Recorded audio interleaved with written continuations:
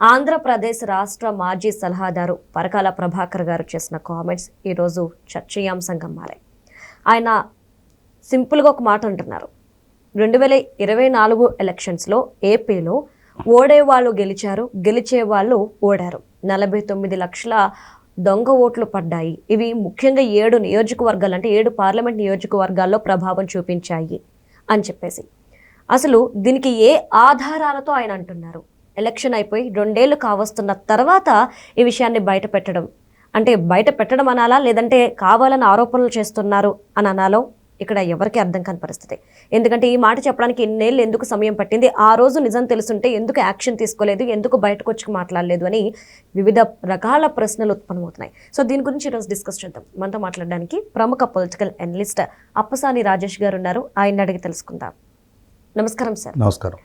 పరకాల ప్రభాకర్ గారు అన్న మాటలు ఈరోజు పెద్ద దుమారాన్ని రేపుతున్నాయి. వైసీపీ వాళ్ళకి అంటే గతంలో కూడా ఎలక్షన్స్ వాళ్ళు 11 సీట్లు గెలుచుకున్నప్పుడు బయటకు వచ్చి దొంగ ఓట్లు పడ్డాయి అని చెప్పేసి అన్నారు. ఇప్పుడు ఆ మాటలకు ఊతం ఇచ్చినట్టుంది, సపోర్ట్ చేస్తున్నట్టుంది. నిజంగానే ఓడేవాళ్ళు గెలిచారు, గెలిచే వాళ్ళు ఓడారు అన్నది వాస్తవమా?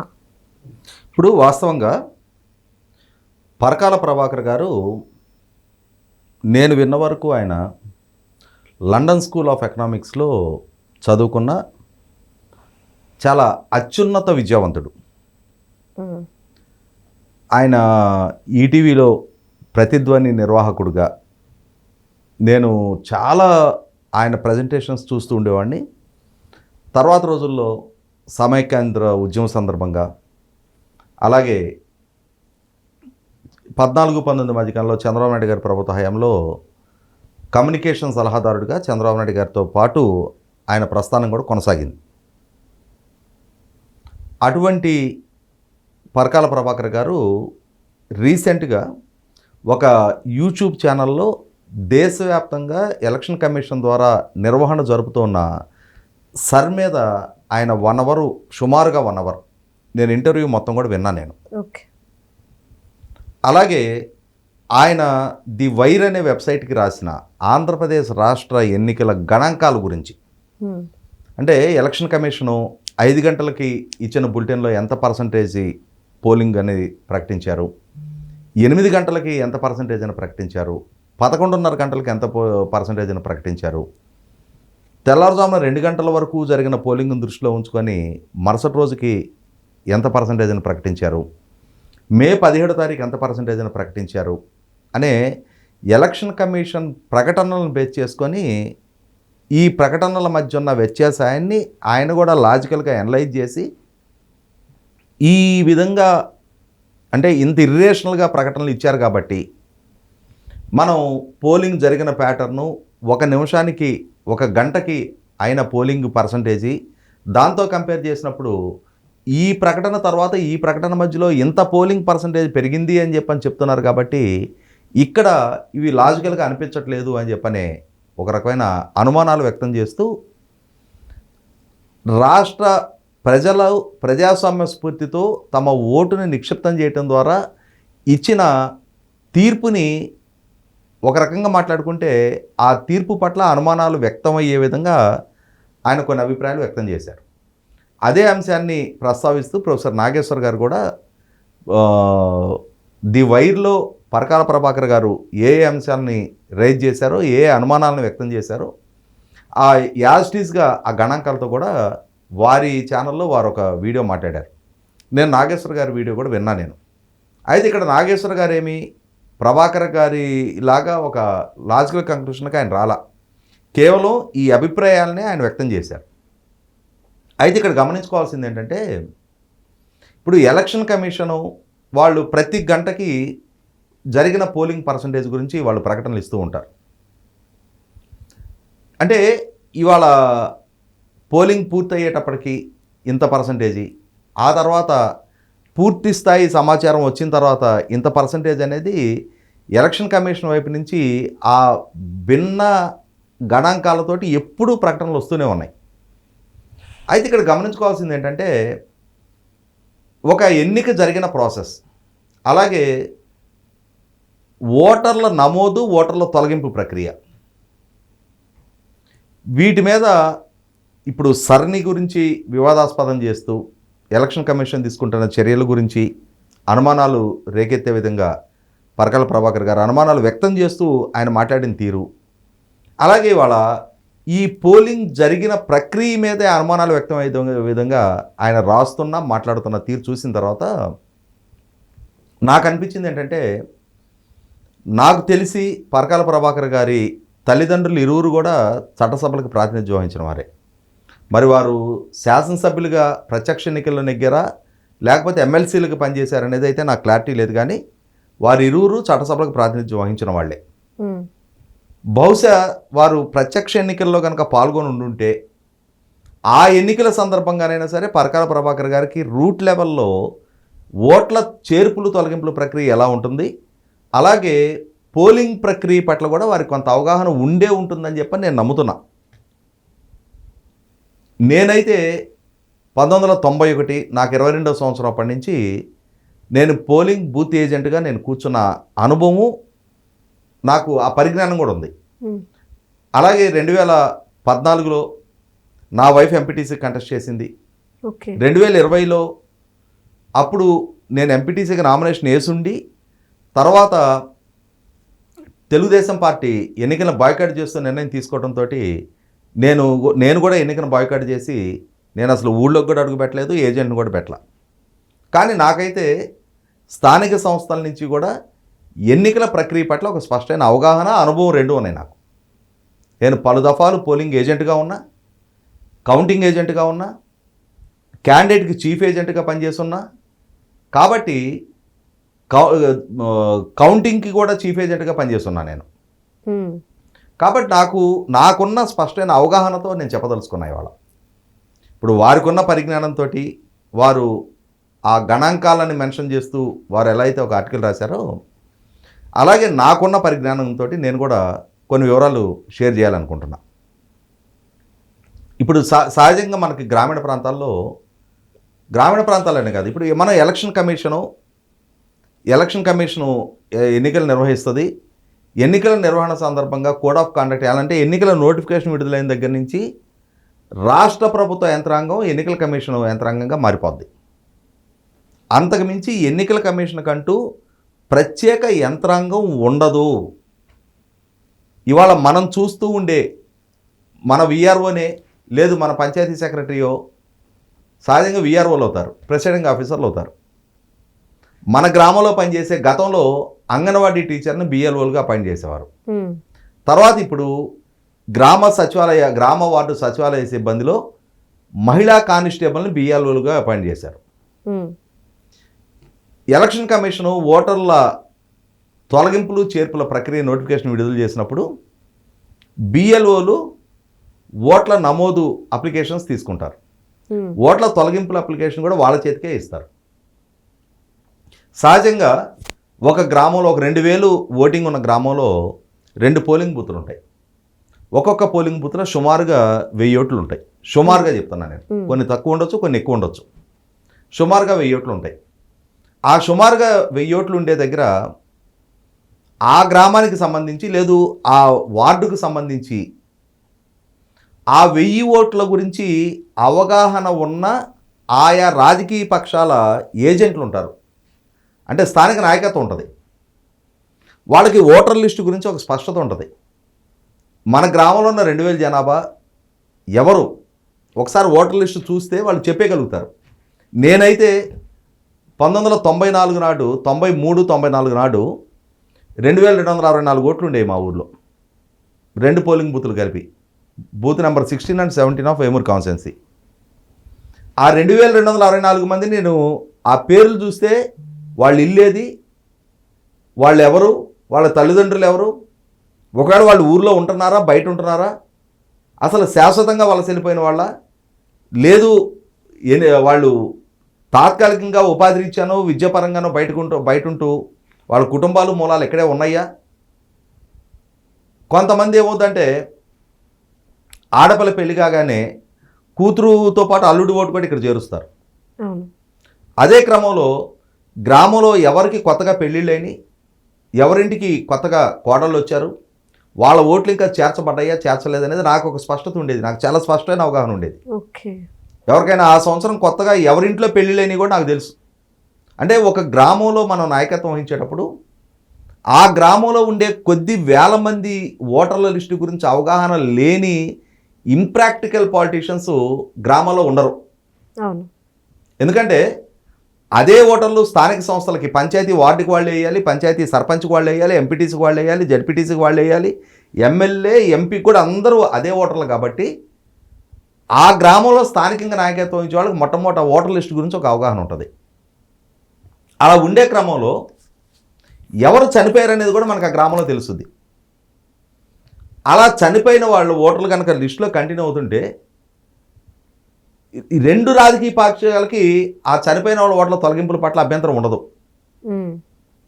సహజంగా గతంలో ఈ చనిపోయిన వాళ్ళది ఈ మనకి విఆర్ఏలు ఉండేవాళ్ళు, వాళ్ళు పంచాయతీకి తెలియజేసేవాళ్ళు. ఇప్పుడు ఆశా వర్కర్లు ఉంటారు. ఒక్కొక్క గ్రామానికి ఒక్కొక్క ఆశా వర్కర్ని, ఎవరైనా చనిపోయినా ఎవరైనా కొత్తగా పుట్టినా వాళ్ళ పేర్లు పంచాయతీకి తెలియజేసే ప్రక్రియ ఇప్పుడు వచ్చింది. ఈ ఆశా వర్కర్లు పంచాయతీ సెక్రటరీకి పలానా వాళ్ళు చనిపోయారని చెప్పని తెలియజేస్తారు.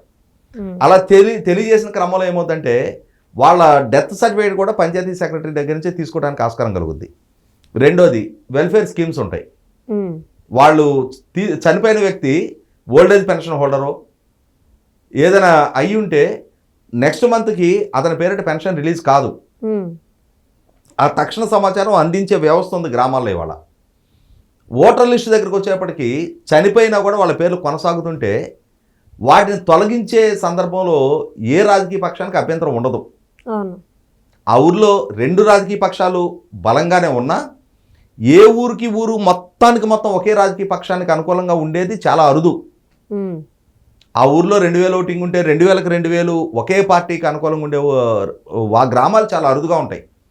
ఖచ్చితంగా అంటే ఒక పార్టీకి అనుకూలంగా ఉన్నా సరే స్థానిక నాయకత్వం పంచాయతీ దగ్గరకు వచ్చేటప్పటికి అది రాజకీయాలకు అతీతంగా జరుగుద్ది. ఆ ఊర్లో నాయకుడిని అనిపించుకునే క్రమంలో ఊరు మొత్తం మీద గుత్తాధిపత్యం ప్రదర్శించగలిగే నాయకత్వం కూడా చాలా అరుదు. సహజంగా ఎవరికైనా నేను ఈ ఊళ్ళో సర్పంచ్ అవ్వాలని కోరుకుంటే అదే కోరిక ఇంకొక 2-3 కూడా ఉండొచ్చు. వాళ్ళు వాళ్ళ అవసరాల కోసమైనా ఓటర్ లిస్ట్ని నిత్యం పర్యవేక్షిస్తూ ఉంటారు. అబ్నార్మల్గా చేర్పులు జరిగాయి. ఆ గ్రామ పరిధిలో ఈ చేర్పులు ఎవరు వీళ్ళు అనేది కనిపెట్టలేనంత అమాయకులు ఆ గ్రామస్తులు కాదు. అబ్నార్మల్గా తొలగింపులు జరిగాయి. అది కూడా గ్రామస్తుల నోటీస్కి, అక్కడ స్థానికంగా ఉండే పార్టీ ప్రతినిధుల నోటీస్కి వస్తుంది. ఇమ్మీడియట్గా వాళ్ళు కన్సర్న్డ్ బిఎల్ఓ మీద వీళ్ళే ఒత్తిడి పెంచుతారు. ఎలా నువ్వు తొలగింపులకి ఈ ఓటు వీళ్ళు గ్రామంలోనే ఉంటున్నారు కదా, వీళ్ళు గ్రామస్తులే కదా, వాళ్ళ అబ్బాయి బయట ఉద్యోగం చేసుకున్నాడు, వాళ్ళ ఫ్యామిలీ ఇక్కడే ఉంటుంది కదా, అతనికి ఇక పెళ్లి కాలేదు కదా, అతని మూలాలన్నీ ఇక్కడే ఉన్నాయి కదా, అతను ఉద్యోగరీత్యా అక్కడ ఉంటున్నాడు కానీ ఎలక్షన్కి ఇక్కడికే వస్తున్నాడు కదా, ఈ రకమైన అభ్యంతరం వ్యక్తం చేయడానికి స్కోప్ ఉంటుంది. ఎప్పుడు అబ్నార్మల్ ఎడిషన్స్ అబ్నార్మల్ డిలీషన్స్ జరుగుతాయి అని అంటే అసలు అక్కడ స్థానిక నాయకత్వాలు క్రియాశీలకంగా లేకుంటే. ఏ రాజకీయ పార్టీకైనా తన స్థానిక నాయకత్వాన్ని క్రియాశీలకంగా ఉంచుకొని తీరాల్సిన బాధ్యత రాజకీయ నాయకత్వాలది. ఇవాళ రాహుల్ గాంధీ గారు దేశవ్యాప్తంగా ఈ సర్పట్ల అభ్యంతరం వ్యక్తం చేస్తున్నారు. అదే క్రమంలో కర్ణాటకలో ఈ బూత్లో ఇన్ని మల్టిపుల్ ఎంట్రీస్ ఉన్నాయి. మల్టిపుల్ ఎంట్రీస్ ఉండుండొచ్చు. ఆ ఎలక్షన్ ఆ ఓటర్ లిస్టులో మల్టిపుల్ ఎంట్రీస్ లేవని నేను అంటలా. కానీ ఆ బూత్లో ఉన్న మీ పార్టీ యంత్రాంగం ఏం చేస్తుంది? ఆ బూత్ లెవెల్లో మీకు ఒక కమిటీ లేదా? వాళ్ళు క్రియాశీలకంగా ఉండి వాటి పట్ల టైం టు టైం వాళ్ళ అభ్యంతరాలు వ్యక్తం చేస్తున్నట్టయితే ఆ బిఎల్ఓ దగ్గర మీకు తొలగింపులు అప్లికేషన్ పెట్టే అధికారం మీ పార్టీ నాయకత్వానికి ఉందగా. ఒకే పేరుతోటి ఈ నోట్లు ఉన్నాయి, ఇవి ఎలా కొనసాగుతున్నాయి అని చెప్పని ఆ ఓటుని అభ్యంతరం వ్యక్తం చేస్తూ బిఎల్ఓకి ఎందుకు ఇవ్వాలా మీ వాళ్ళు? అది రూట్ లెవెల్లో పార్టీ యంత్రాంగాలు చేయాల్సిన పని. ఎలక్షన్ కమిషన్ కంటూ ప్రత్యేక యంత్రాంగం లేదు. మన గ్రామంలో ఉండే, మన కళ్ళ ముందు ఉండే, మనకు పరిచయం ఉన్న చిన్న చిన్న ఉద్యోగస్తులే బిఎల్ఓలుగా పనిచేస్తారు. వాళ్ళతో పరిచయం లేకపోవడం అనే సమస్యే ఉత్పన్నం కాదు. స్థానికంగా ఏ పార్టీ నుంచి ప్రాతినిధ్యం వహించినా సరే వాళ్ళతోటి యాక్సెస్ ఉంటుంది. ఒకరు అనీవెన్గా చేర్పులు అప్లికేషన్లు ఇస్తే వీళ్ళు మా గ్రామస్తులు కాదు అని చెప్పని అభ్యంతరం వ్యక్తం చేయడానికి ఆస్కారం ఉంటుంది. అనీవెన్గా తొలగింపులకి అప్లికేషన్లు ఇస్తే దాని మీద అభ్యంతరం వ్యక్తం చేయడానికి ఆస్కారం ఉంది. రాజకీయ పక్షాలు తాము క్రియాశీలకంగా వ్యవహరించాల్సిన సందర్భంలో తమ గ్రామ ప్రాంత తమ బూత్ లెవెల్ క్యాడరు వాళ్ళు నిస్తేజంగా నిద్రపోయి ఎలక్షన్ ఓటర్ లిస్టు తయారైపోయిన తర్వాత అప్పుడు మేల్కొని ఈ పేర్లు ఇక్కడ మల్టిపుల్ ఎంట్రీస్ ఉన్నాయి, ఇక్కడ చనిపోయిన వాళ్ళ పేర్లు ఉన్నాయి అని చెప్పని అప్పుడు పెద్ద పెద్ద పెడబొబ్బలు పెట్టి ప్రయోజనం లేదు. మొట్టమొదట బూత్ లెవెల్లో రాజకీయ పక్షాలు క్రియాశీలకంగా ఉండాలి, ఓటర్ లిస్టు పట్ల బాధ్యతగా వ్యవహరించి తీరాలి. ఇదొక అంశం. రెండోది వచ్చేటప్పటికి పోలింగ్ ప్రక్రియ. ఇక్కడ ఏమవుతుందంటే ఎలక్షన్ కమిషన్ ప్రకటనలలో ఉండే వైరుధ్యాలనే ప్రామాణికంగా తీసుకొని చూసారా, వాళ్ళు 5 గంటలకి 68.04% అని చెప్పని ప్రకటించారు, 8 గంటలకి 68.12% అని ప్రకటించారు. అంటే 3 గంటల్లో ఓన్లీ 0.8% పోలైందా? కానీ రాత్రి 11 గంటలకి 76% అని చెప్పని ప్రకటన చేశారు. అంటే 3 గంటల్లో 0.8% పోలయ్యి ఆ తర్వాత 3 గంటల్లో 8% పోలింగ్ జరిగిందా? ఆ తర్వాత ఫైనల్ ప్రకటనలో 81.79 అంటున్నారు. అంటే ఈ మధ్యలో ఉన్న ఈ వైరుధ్యాలు ఏంటి? కాబట్టి ఏదో జరిగిపోయింది అని చెప్పని మాట్లాడుతున్నారు. అయితే ఇక్కడ గమనించుకోవాల్సింది ఏంటి అంటే అసలు పోలింగ్ ప్రక్రియ దీని అంటే నేల విడిచి సాము చేసే ప్రకటనలు ఇవన్నీ కూడా.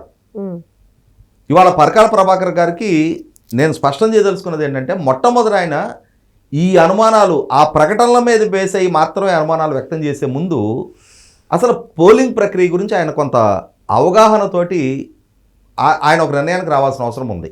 ఎందుకంటే ఇవాళ ఆ స్థాయి చదువుకున్న వ్యక్తులు వాళ్ళు ఏదైనా ఒక అనుమానం రేకెత్తించగానే దాన్ని అందిపుచ్చుకొని రాజకీయంగా వివాదాస్పదం చేసే వ్యక్తులు శక్తులు కొంతమంది ఉంటారు. ఇక్కడ గమనించుకోవాల్సింది ఒక పోలింగ్ బూత్ ఉంది. ఆ బూత్లో పోటీ చేస్తున్న ప్రతి అభ్యర్థికి ఒక ఏజెంట్ని పెట్టుకునే హక్కు ఉంది. రాజకీయ పార్టీల ప్రతినిధులే కాదు, ఇండిపెండెంట్ అభ్యర్థులు ఉన్న వాళ్ళ తరపున వాళ్ళకి ప్రతి పోలింగ్ బూత్లో కూడా ఏజెంట్ని పెట్టుకోగలిగే స్థాయి అంగబలం వాళ్ళకు ఉంటే ప్రతి అభ్యర్థి తరపున ఒక ఏజెంట్ని పెట్టుకునే అవకాశం ఉంది. తర్వాత మొన్నటి ఎన్నికల్లో అసెంబ్లీ పార్లమెంటు కలిపి జరిగినాయి. కాబట్టి అసెంబ్లీ అభ్యర్థికి ఒకళ్ళు, పార్లమెంట్ అభ్యర్థికి ఒకళ్ళు ఏజెంట్ని పెట్టుకోవచ్చు. ఇప్పుడు తెలుగుదేశం తరపున లేదు జనసేన పోటీ అక్కడ అభ్యర్థి ఉంటే జనసేన తెలుగుదేశం కలిసి అంటే ఎమ్మెల్యేకి ఒకరు ఎంపీకి ఒకరు పోటీ చేస్తుంటే వైసీపీ తరపున కాంగ్రెస్ పార్టీ ఇలా ఏ రాజకీయ పక్షాలు ఉంటే వాళ్ళ తరపున ఎమ్మెల్యే అభ్యర్థికి ఒక ఏజెంటు, ఎంపీ అభ్యర్థికి ఒక ఏజెంట్ని పెట్టుకునే అవకాశం ఉంది. నాకున్న అవగాహన మేరకు, నేను ప్రాక్టీస్ చేసిన అవగాహన మేరకు ఈవీఎంలతో పోలింగ్ జరిగేటప్పుడు ఉదయాన్నే ముఖ్యంగా 2019 నుంచి మొదలుపెట్టారు. 7 o'clockకి పోలింగ్ బిగిన్ అవుద్దానంటే 5:30 కల్లా అన్ని రాజకీయ పక్షాల ఏజెంట్లని బూత్కి రిపోర్ట్ చేయమంటారు. రిపోర్ట్ చేసిన తర్వాత బూత్ రాజకీయ పక్షాల ఏజెంట్ల ముందు అక్కడ వినియోగించబోతున్న ఈవీఎంలని మాక్ పోలింగ్ చేస్తారు. ఈ విధంగా జరుగుద్ది అని చెప్పని మాక్ పోలింగ్ చేస్తారు. అంటే ఆ ఈవీఎం సక్రమంగానే పనిచేస్తుంది అని నిర్ధారణ చేయటం కోసం ఏజెంట్లు కన్విన్స్ అయిన తర్వాత ఈవీఎం సక్రమంగానే పనిచేస్తుందని చెప్పని నిర్ధారణ చేసుకున్న తర్వాత అప్పుడు 7 గంటలకి సాధారణ ఎన్నికల ప్రక్రియ ఏజెంట్ల సమక్షంలో మొదలవుతుంది. మీకు బయట ఎలక్షన్ కమిషన్ ఏం ప్రకటన చేస్తుంది అనేది అనవసరం. కానీ పోలింగ్ బూత్ లోపల ఒక ఓటరు తన ఓటర్ సీరియల్ నెంబర్ స్లిప్ తీసుకొని బూత్లోకి వచ్చిన తర్వాత ఈ ప్రిసైడింగ్ స్టాఫ్ పలానా నెంబరు పలానా పేరు అని చదువుతారు. అక్కడ రాజకీయ పక్షాల ఏజెంట్లు కూర్చొని ఉంటారు. వాళ్ళు ఇతని మొహం చూసి ఆ వ్యక్తి అతనేనని చెప్పని వాళ్ళు కూడా ఓటర్ లిస్టులు తిరగేసి ఆ సీరియల్ నెంబర్ దగ్గర ఆ పేరు చూసిన తర్వాత ఆ గ్రామస్తులే కాబట్టి వాళ్ళకి ఒక అవగాహన ఉంటుంది. ఇంకా పట్టణాల్లో అక్కడ బూతుల్లో ఇంకా అందరు తెలియకపోవచ్చు. కానీ గ్రామీణ ప్రాంతాల్లో పోలింగ్ ఏజెంట్గా ఉండే వాళ్ళని కూడా అందరి గురించి తెలిసిన వాళ్ళని అవగాహన ఉన్న వాళ్ళని పెట్టుకుంటారు. ఆ వ్యక్తి ఈ వచ్చిన వ్యక్తి ఆ సీరియల్ నెంబరు ఆ పేరు అతను అవునా కాదనేది నిర్ధారణ చేసుకున్న తర్వాత అక్కడ రాజకీయ పక్షాల ఏజెంట్లు గోహెడ్ అని చెప్పినాక అప్పుడు ప్రిసైడింగ్ సిబ్బంది అతన్ని ఈవీఎం దగ్గరికి వెళ్ళి ఓటు వేయడానికి అలో చేస్తారు. ఈలోపు అతని చేత సంతకం పెట్టించుకుంటారు, అతని వేలి మీద శిరాముద్ర వేస్తారు. శిరాముద్ర వేసిన తర్వాత ఈవీఎం దగ్గరికి వెళ్ళమంటారు. ఈవీఎం దగ్గరికి వెళ్ళి ఈవీఎం వినియోగించి బయటకు వచ్చి అతని ప్రక్రియ ముగించి వెళ్ళిపోతాడు. ఇలా వెళ్ళిన తర్వాత ఎన్నిక ముందుగానే శిరాముద్ర పడుద్ది. అవును. ఈ ప్రక్రియ సాయంత్రం 5 గంటలు స్టిపులేటెడ్ టైము. 5 గంటలకి ఆ ఓటింగ్ ప్రక్రియ ముగిసిపోతే సరే, లేదు 5 గంటలకు ఓటింగ్ ప్రక్రియ ముగవలేదు, ఏ వ్యవసాయ సీజనో లేదు నిండి ఎండాకాలమో ఆ మండు టెండర్లో రాలేక సాయంత్రం 4 నుంచి కొంచెం ఎండ తీవ్రత తగ్గిన తర్వాత వచ్చి 5 గంటలకు పోలింగ్ ప్రక్రియ ముగవక చాలా పెద్ద క్యూ ఉంది. క్యూ ఉన్నప్పుడు 5 గంటలకి ఆ పోలింగ్ బూత్ గేట్లు మూసేస్తారు. గేటు లోపల ఉన్న వాళ్ళు ఎంతమంది ఉంటే అంతమందిని పోలింగ్కి అలో చేస్తారు. వీళ్ళందరూ కూడా ఓట్లు వేసేసారు. ఇంకా అంటే ఒకసారి గేట్ వేసినాక 5 గంటల తర్వాత లోపలికి ఎవరిని అలో చేయరు. ఈ ప్రాంగణంలో ఉన్న వాళ్ళని ఓటేయడానికి అలో చేస్తారు. వీళ్ళందరూ ఓటేసేసారు. ఓటేసిన తర్వాత ఈ ఈవీఎం క్లోజ్ చేసే క్రమంలో కూడా ఆ బూత్లో ఎన్ని ఓట్లు పోలయ్యాయి, ఏజెంట్లు అందరూ ఉంటారు కదా, సిబ్బంది వాళ్ళు ఇండిపెండెంట్గా వాళ్ళు సీల్ చేసుకోరు. ఏజెంట్ల సమక్షంలో ఆ గతంలో పోలింగ్ బూతులు ఉండే బ్యాలెట్ బాక్సులు ఉండేవి. బ్యాలెట్ బాక్స్కి కూడా ఆ రోజుల్లో పోలింగ్ ఏజెంట్గా వెళ్ళే వాళ్ళకి ఒక లోగో ఏదైనా ఇచ్చి పంపించేవాడు. ఆ రోజుల్లో ఏం చేసేవారంటే బ్యాలెట్ బాక్స్ పైకి సీల్ చేసిన తర్వాత ఒక వైట్ క్లాత్లో దాన్ని మూట కట్టి ఆ మూట మీద లక్క కాల్చి సీల్ వేసేవాళ్ళు. ఆ సీల్ మీద నీతో పాటు ఒక లోగో నువ్వు కూడా పట్టుకెళ్తావు. పోలింగ్ ఏజెంట్ ఒక్కొక్క పార్టీ వాళ్ళు ఒక్కొక్క లోగో పట్టుకెళ్తారు. ఆ వేడివేడిగా కరుగుతున్న లావా మీద వీళ్ళు కూడా ఈ ముద్ర ఒక ముద్ర వీళ్ళు కూడా వేసుకుంటారు. అంటే ఏంటి, ఒకవేళ రేపు లెక్కింపప్పుడు ఆ ఓపెన్ చేసే క్రమంలో ఆ సీలు నువ్వు వేసిన సీలు అదేనా కాదా, నువ్వు వేసిన సీలు అదే అయితే నువ్వు వేసిన ముద్ర దాని మీద రిఫ్లెక్ట్ అవ్వాలి. ఈ లోపుగా బూత్ ఆ డబ్బా ఓపెన్ చేసి దాంట్లో ఓట్లు మార్చే అవకాశం ఉంటుందేమోననే ఉద్దేశంతో రాజకీయ పక్షాలకు నమ్మకంతో గతంలో బ్యాలెట్ బాక్సులు ఉన్నప్పుడు ఆ ఏజెంట్ దగ్గర కూడా ఒక ముద్ర పెట్టి దాన్ని వేయించేవాళ్ళు. ఇప్పుడు ఈవీఎంలు కూడా ఏమవుతుంది, ఎన్ని ఓట్లు ఆ బూత్లో పోలేని అనేది పార్లమెంటు, అసెంబ్లీ ఆ 2 బూతులకి సంబంధించిన ఈవీఎంలు ఉంటాయి కదా, వాటిల్లో ఏజెంట్లు నోట్ చేసుకుంటారు. క్లోజింగ్ నెంబర్ నోట్ చేసుకుంటారు. వాళ్ళు నోట్ చేసుకొని ముగింపు సందర్భంగా ప్రిసైడింగ్ వాళ్ళ దగ్గర ఏజెంట్లు సంతకాలు పెడతారు ఎన్ని ఓట్లు ఉన్నాయని చెప్పని. అక్కడతోటి ఆ ప్రక్రియ ముగుసుద్ది. ఈ ఏజెంట్ ఏం చేస్తాడు, ఇతని దగ్గర ఆ క్లోజింగ్ నెంబర్ ఉంది కదా, ఒక కంటెస్టెంట్ క్యాండిడేట్ ఉంటాడు. అతని నియోజకవర్గంలో ఇటువంటివి ఒక 200 బూతులు ఉన్నాయనుకుందాం. 200 బూతుల నుంచి ఆ కంటెస్టెంట్ క్యాండిడేట్కి ఏ నెంబర్ బూత్లో ఎన్ని ఓట్లు క్లోజింగ్ నెంబర్ అనేది అతనికి డేటా వెళ్ళుద్ది. అంటే అతనికి నియోజకవర్గంలో ఉన్న ఓట్లు ఎన్ని, అందులో ఎన్ని పోలైనవి. ఇక్కడ ఏమవుద్ది, ఇప్పుడు తెలుగుదేశం వైసీపీ, లేదు జనసేన వైసీపీ అనేది కామన్. తెలుగుదేశం, జనసేన, భారతీయ జనతా పార్టీ ఈ 3 ప్రధాన పార్టీలు. మిగిలిన పార్టీలు ఉన్నాయి, కాంగ్రెస్ ఉంది, కమ్యూనిస్టులు ఉన్నారు, అట్లా మిగిలిన పార్టీలు కూడా ఉన్నాయి. ఎవరి దగ్గర అయినా సరే క్లోజింగ్ నెంబర్ ఒకటే ఉంటుంది. అంటే ఒక్కొక్క పార్టీకి ఒక్క నెంబర్ ఉండదు. ఎందుకంటే అధికారులు ఈ అందరు ఏజెంట్ల సమక్షంలో డిస్క్లోజ్ చేసే నెంబర్ అది. పోటీ చేసిన అభ్యర్థులకు కూడా అందరు అభ్యర్థులకి ఒకే ఫిగర్ వెళ్తుంది. ఒక్కో పార్టీకి ఒక్కో ఫిగర్ వెళ్ళదు.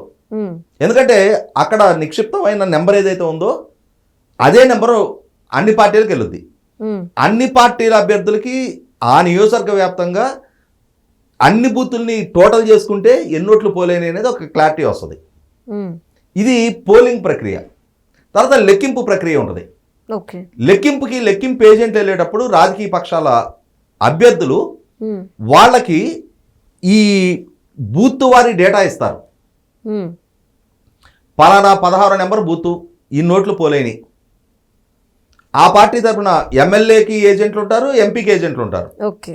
వీళ్ళు ఆ ఈవీఎంలు ఓపెనింగ్ సందర్భంగా పలానా నియోజకవర్గం పలానా బూత్ నెంబర్ ఓపెన్ చేస్తున్నామని చెప్పని లెక్కింపు అధికారి చెప్పి పార్టీల ఏజెంట్ల ముందు ఆ ఈవీఎం ఓపెన్ చేస్తాడు.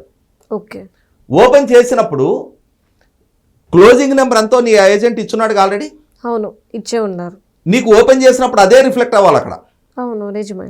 దాంట్లో ఏ పార్టీకి ఎన్ని వచ్చినాయంటే బ్రేకప్ తర్వాత సంగతి, కానీ టోటల్ అదే ఉండాలి అక్కడ. ఓకే. ఇప్పుడు రకరకాల అనుమానాలు ఏమని రేకెత్తిస్తా ఉన్నారు. పోలింగ్ ప్రక్రియ కన్నా అదనంగా ఏదో ఎలక్షన్ కమిషన్ మేనేజ్ చేసేసి ఈవీఎంలను ట్యాంపర్ చేసేసి అసలు సిసలు ప్రజలేసిన ఓట్ల కన్నా అధికంగా చూపిస్తున్నారు అని చెప్పని. అసలు రాజకీయ పక్షాల ప్రతినిధుల మధ్య కదా ఈవీఎం సీల్ చేస్తుంది. అవును. ఒక రాజకీయ పక్షానికి అనుకూలంగా ఈవీఎంలో నెంబర్లు యాడ్ చేస్తుంటే రెండో ఏజెంట్ ఏం చేస్తాడు? చూస్తూరుకుంటాడా? లేదు, రాష్ట్ర వ్యాప్తంగా ఉన్న సుమారుగా 45-46 వేల బూతుల్లో ఉన్న అసెంబ్లీ పార్లమెంట్ ఇద్దరు ఏజెంట్లు ఉంటారు అక్కడ. అందరికందరూ అమ్ముడుపోతారా? అది అసలు సాధ్యమేనా? కాబట్టి అక్కడ 100కి 100 పాళ్ళు ప్రాక్టికల్గా ఉండే ప్రాసెస్ గురించి అవగాహన లేకుండా ఈ రకమైన ఏది ఎలక్షన్ కమిషన్ ఇచ్చిన ప్రకటనల మీద మాత్రమే బేస్ అయ్యి ఈ ప్రకటనలలో ఈ విధమైన గణాంకాల వ్యత్యాసం ఉన్నాయి కాబట్టి ఏదో జరిగిపోయింది అని ఒక అభిప్రాయాన్ని కల్పించే ప్రయత్నం చేస్తూ ఉన్నారు. ఇక్కడ గమనించుకోవాల్సింది, మనకి జూన్ 4 ఎన్నికల లెక్కింపు జరిగింది. ఎన్నికల లెక్కింపు జరిగిన క్రమంలో ఇవాళ ఎన్నికల ఫలితాలు మొత్తం విడుదలైన తర్వాత సాక్షాత్తు జగన్మోహన్ రెడ్డి గారు ఏదో జరిగింది అనే అనుమానాలు ఆయన ప్రెస్ మీట్లో వెలువడించిన తర్వాత అక్కడి నుంచి వైసీపీ సోషల్ మీడియా కూడా ఈవీఎం సీఎం, ఈవీఎంలు మేనేజ్ చేసి గెలిచారని మాట్లాడుతున్నారు. ఇక్కడ లెక్కింపు జరుగుతున్న క్రమంలో ఆ లెక్కింపు సందర్భంగా మా ఏజెంటు ఈ బూత్లో 930 ఓట్లు పోలేని అన్నాడు. ఇక్కడ నీకు 980 ఓట్లు కనిపిస్తా ఉన్నాయి, 50 ఓట్లు ఎక్కడి నుంచి వచ్చినాయి, ఎందుకు ఈ వ్యత్యాసం కనిపిస్తుందని చెప్పని ఆ కౌంటింగ్ సందర్భంగా రాష్ట్ర వ్యాప్తంగా ఉన్న 175 నియోజకవర్గాలలోనూ ఎక్కడైనా ఏ కౌంటింగ్ ఏజెంట్ అయినా పోలింగ్ ప్రక్రియ ముగిసిన నాటి డేటాకి లెక్కింపు సందర్భంగా మధ్య ఉన్న డేటాకి మధ్య ఏదైనా వ్యత్యాసం ఉందని ఎక్కడైనా అభ్యంతరం వ్యక్తం చేసిన నేపథ్యం ఉందా? లేదు. ఎప్పుడైనా కనీసం ఏమో అంటారు, అక్కడికక్కడ మేము చెప్పాము వ్యత్యాసం ఉంది, మేము చెప్పినా అధికారులు పరిగణలోకి తీసుకోలేదని అటువంటిది ఏదైనా జరుగుంటే కనీసం బయటకు వచ్చినా సరే మాట్లాడాలి కదా. మీడియా ముందేనే మాట్లాడాలి. ఎప్పుడైనా జూన్ 4వ తారీఖు లెక్కింపు ప్రక్రియ మొత్తం ముగిసిపోయిన తర్వాత అయినా సరే, ఫలితాలు విడుదల అయిన తర్వాత అయినా సరే, ఒక్క కౌంటింగ్ ఏజెంట్ అయినా సరే అసలు సిసలు పోలైన ఏజెంట్లకి పోలైన ఓట్లకి లెక్కింపుకి మధ్య వ్యత్యాసం చాలా భారీగా ఉంది. భారీగా కాదు, ఒక్క ఓటుది తేడా ఉన్నా సరే అక్కడికక్కడ స్పాట్లో ఏజెంట్లు అభ్యంతరం వ్యక్తం చేస్తారు. మాకు ఇచ్చిన డేటా, ఎందుకంటే ఇక్కడ నీ దగ్గర ఉన్న డేటా నీ దగ్గర అదే నెంబర్ ఉంటుంది, నీ పక్కన ఉన్న పార్టీ అభ్యర్థి దగ్గర కూడా అదే నెంబర్ ఉంటుంది. ఎందుకంటే వీళ్ళిద్దరు సమక్షంలో ఆ ఈవీఎం క్లోజ్ చేశారు, వీళ్ళిద్దరు సమక్షంలో ఈవీఎం ఓపెన్ చేస్తున్నారు. అక్కడ బ్రేకప్ వచ్చిన తర్వాత ఎవరికి ఎన్ని ఓట్లు వస్తాయనే తేలుద్ది. బ్రేకప్ రానంత వరకు ఎవరికైనా రావచ్చు కదా. అట్లాంటప్పుడు ఇరు రాజకీయ పక్షాలకి అభ్యంతరం ఉంటుంది అక్కడ. అంటే పోలైన దానికన్నా లెక్కింపులో ఎక్కువ ఉంటే తగ్గినా ఒప్పుకోరు. మరి ఆ విధమైన వ్యత్యాసం ఎక్కడైనా కనిపెట్టబడిందా? కాబట్టి ఇక్కడ ఎన్నిక ఫెయిర్గా జరగకపోతే, ఎన్నికలలో భారీ వ్యత్యాసాలు ఉండున్నట్టయితే వ్యక్తం చెయ్యాల్సిన వ్యక్తులు ఎక్కడా అభ్యంతరం వ్యక్తం చేయలేదు అని అంటే, ఇవాళ ప్రొఫెసర్ నాగేశ్వర్ గారు ఆయన దాని మీద కామెంట్ చేయలే. పరకాల ప్రభాకర్ గారు రాసిన ఆర్టికల్ ఆయన రిఫర్ చేస్తూ మాట్లాడారు. ఈ పరకాల ప్రభాకర్ గారు లాంటి ఇంటలెక్చువల్, ఎందుకంటే ఆయనకున్న చదువు పరిజ్ఞానంలో నాకు పావంతు కూడా లేదు. నేను ఒక బీకాం చదువుకున్నా అంతే. కానీ నాకు గ్రామీణ ప్రాంత ఎన్నికల నుంచి చాలా చాలా ప్రత్యక్ష అనుభవం ఉంది. సుదీర్ఘకాలం నేను నాకు 24 గంటలు అదే పని, ఓటర్ లిస్టు, ఆ పోలింగ్ మేనేజ్మెంటు, ఆ బూత్ మేనేజ్మెంటు అవే పని. అయితే నాకున్న ఈ అనుభవంతో చెప్తున్నా, ఇవాళ పరకాల ప్రభాకర్ గారు లాంటి చదువుకున్న వ్యక్తులు ప్రజాస్వామ్యాన్ని అపహాస్యం చేసేలాంటి ఇటువంటి అనుమానాలు రేకెత్తించడం ద్వారా ఫ్రీ అండ్ ఫెయిర్గా జరిగిన ప్రజా తీర్పును అవమానిస్తూ ఉన్నారు. ఉమ్, నిజంగానే మీకు దగ్గర ఏదైనా సాక్ష్యాధారాలు ఉంటే ఎక్కడైనా ఏ బూత్ లెవెల్ అయినా సరే, ఏ ఏజెంట్ అయినా సరే, నేను క్లోజింగ్ అప్పుడు నేను పెట్టిన సంతకానికి అక్కడ మాకు డిస్క్లోజ్ చేసిన నెంబర్కి లెక్కింపు జరిపినప్పుడు వచ్చిన నెంబర్కి మధ్య వ్యత్యాసం ఉందని చెప్పని ఎక్కడైనా ఏ ఏజెంట్ అయినా వ్యక్తం చేసిన అభ్యంతరం ఏదైనా ఉంటే రివీల్ చేయమను. 175 నియోజకవర్గాల్లో వైసీపీ పార్టీ కౌంటింగ్ ఏజెంట్లు, ఎమ్మెల్యే ఎంపీ ఏజెంట్లు ఉన్నారు కదా, వాళ్ళ చీఫ్ ఏజెంట్లు ఉంటారు కదా, వాళ్ళ అభ్యర్థులు ఉంటారు కదా, అవును. వాళ్ళు ఎవరైనా ఏదైనా అభ్యంతరం వ్యక్తం చేసే నేపథ్యం ఉంటే. ఉమ్, కాబట్టి ఇక్కడ ఇంప్రాక్టికల్, ఉమ్, అసంబద్ధమైన ఈ ప్రచారాలతో వాళ్ళకున్న స్థాయి, వాళ్ళ చదువు, వాళ్ళ పరిజ్ఞానం దృష్ట్యా వాళ్ళు చెబితే 10 మంది వింటారు. అవును. ఆ వింటారు కదా అని చెప్పని ఇటువంటి ప్రజాస్వామ్యాన్ని అపహాస్యం పాలు చేసే ఇటువంటి వ్యాఖ్యానాలు చేయడం ద్వారా కేవలం ఎలక్షన్ కమిషన్ ప్రకటనలకి దురుద్దేశాలు ఆపాదించేసి, ఉమ్, ఆ ప్రకటనలో ఉండే వ్యత్యాసానికే దురుద్దేశాలు ఆపాదించి, ఎలక్షన్ కమిషను ఏ ప్రకటన చేస్తుంది, వాళ్ళు ఎందుకు అట్లా చేస్తున్నది ఎలక్షన్ కమిషన్ వివరణించుకోవాలి, అది తర్వాత సంగతి. అవును. కానీ ఇవాళ ప్రజలిచ్చిన తీర్పుని అవమానించే రకమైన ఈ వ్యాఖ్యానాలు, ఈ కథనాలు రాయటం అనేది 100% ఆక్షేపణీయం. ఇంప్రాక్టికల్, రూట్ లెవెల్ పట్ల అవగాహన లేని ఈ రాతలు, ఈ కథనాలు వాళ్ళ వ్యక్తిత్వాన్ని, వాళ్ళ స్థాయిని వాళ్ళకు వాళ్లే పరిచయం చేసుకుంటూ ఉన్నారు. Right. Thank you so much sir.